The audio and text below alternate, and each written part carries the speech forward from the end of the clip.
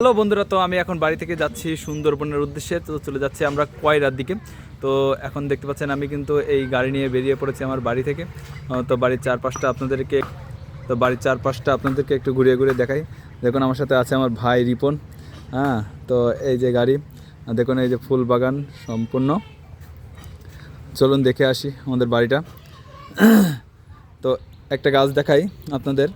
এই যে যে গাছটা চিনতে পারছেন, এই গাছটা হচ্ছে আপেল গাছ, সুদূর কাশ্মীরের আপেল গাছ। একদম কাশ্মীরে যখন গিয়েছিলাম তখন সেই কাশ্মীর থেকে এই গাছ নিয়ে এসেছিলাম, দুটো গাছ নিয়ে এসেছিলাম। তো একটা গাছ ছাগলের বাচ্চা খেয়ে গেছে, আর এই একটা গাছ বড় হচ্ছে, জানি না আপেল দেবে কিনা, কিন্তু নিয়ে আসলাম তো সেই 3000 কিলোমিটার দূর থেকে। আর এখানে ফুল গাছ তো রয়েছে, দেখতেই পাচ্ছেন। এখানে আবার একটু জবা ফুল গাছ রয়েছে। হ্যাঁ, তো একে একে সব আমার বাবার হাতে লাগানো গাছ।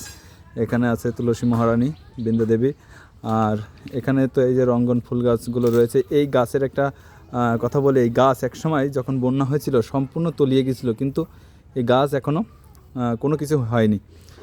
তো আপনারা তো দেখতেই পেলেন। তো কেমন লাগলো পরিবেশটা আপনারা কিন্তু সবাই কমেন্ট করে জানাবেন। তো চলুন